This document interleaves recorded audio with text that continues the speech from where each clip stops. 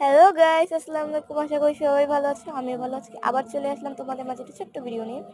তো এটা হলো একটি ফুলের কার্ট। এটা আমি তোমাদের মাঝে আগেই শেয়ার করেছি, সেটা ভালো হয়নি, তো এই জন্য এটা আমি রাখতে চাইনি। তো এটা দিয়ে ভাবলাম নতুন কিছু বানানো যাক।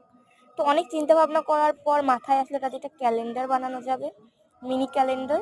তো এর জন্য আমি এক পার্ট, এটার প্রথম পার্টটা কেটে নিয়েছি, কেটে এটা থেকে আলাদা করে নিয়েছি, এই যে দেখতে পাচ্ছ। আর এখানে আমি ক্যালেন্ডারের জন্য 12টা কাগজ নিয়ে নিয়েছি, এ4 সাইজের, এভাবে কেটে নিয়েছি। ওইটার সাইজ মাপে কেটে নিয়ে এটা আমি লাগাবো। তার আগে আমি তারিখ এবং মাসগুলো লিখে নেই, তারপর ওটার সাথে আমি লাগাবো। তো এটা এভাবে লিখে নিয়েছি, একদম এভাবে করে 12 মাসের নাম এবং 12 মাসের সব তারিখগুলো লিখে নেব। তো এই ফাইনালি আমার লেখা হয়ে গেছে। তারপর এটা আমি ফুটো করে এই ভিতরে এরকম রশি দিয়ে ঢুকিয়ে আমি এটা লাগাইছি।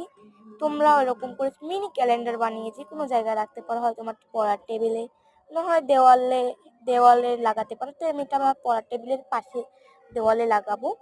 তোমরা চাইলে এটা বসানো সিস্টেম করে টেবিলেও রাখতে পারতে। তো আজকের মতো এখানেই, বাই বাই। তোমরা সবাই আমাকে একটু সাপোর্ট করে দিও আমার চ্যানেলটা।